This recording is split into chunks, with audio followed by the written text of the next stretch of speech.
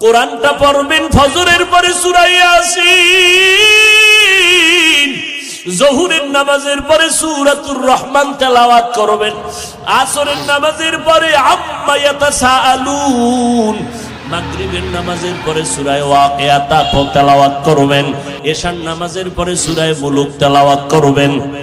আপনার ঘর ফেরেশতারা পাহারা দিবে, আপনার ঘরে কোনোদিন চোর ডাকাত আসবে না, আপনার স্বামীর কামাই রুজিতে কোনোদিন অভাব লাগবে না। সূরা ইয়াসিনটা পড়া ভুলিয়েন না রে আম্মা জান। কপাল খারাপ, দুনিয়ার সব কিছুই শিখলেন, কোরআন পড়া শিখলেন না। আমি ছোটবেলার থেকে বলতেছিলাম, ভুলে গেছিলাম, আম্মা জান আমাদের গজল শিখাইতেন, আম্মা জান আমাদের কোরআন পড়া শিখাইছেন। ও পর্দার আড়ালের আম্মা জান, কেন কোরআন শিখলেন না রে মা? কোরআনের মতো আর এত মধুর তেলাওয়াত কই পাইবেন? ও পর্দার আড়ালের আম্মা জান, ওই আম্মা জান আয়েশার মতো আপনারাও নারী।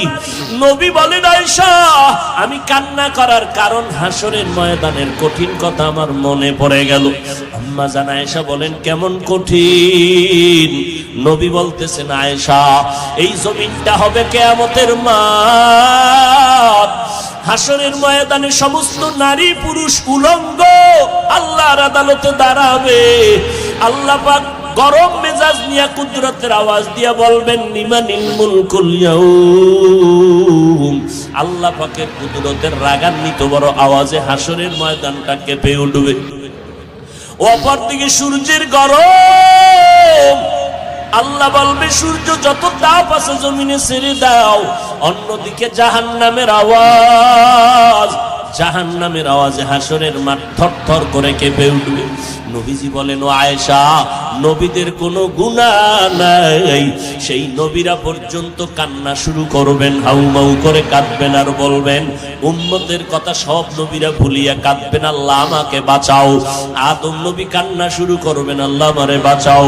মুসা নবী কান্না করবেন, বলবেন, আল্লাহ আমারে বাঁচাও। সূর্যের গরম সহ্য করা যায় না, জাহান্নামের আওয়াজ কানের মধ্যে নেওয়া যায় না। এমন এক কঠিন পরিস্থিতির মধ্যে ইব্রাহিম নবী কাঁদবেন আর বলবেন, আল্লাহ আমারে বাঁচাও। একজন নবী উম্মতের কথা কেউ স্মরণ করবেন না। আম্মা জান আয়েশা বলেন, নবী তখন আপনি তো দু জাহানের সরদার, রহমতের নবী, আপনি তখন কি করবেন?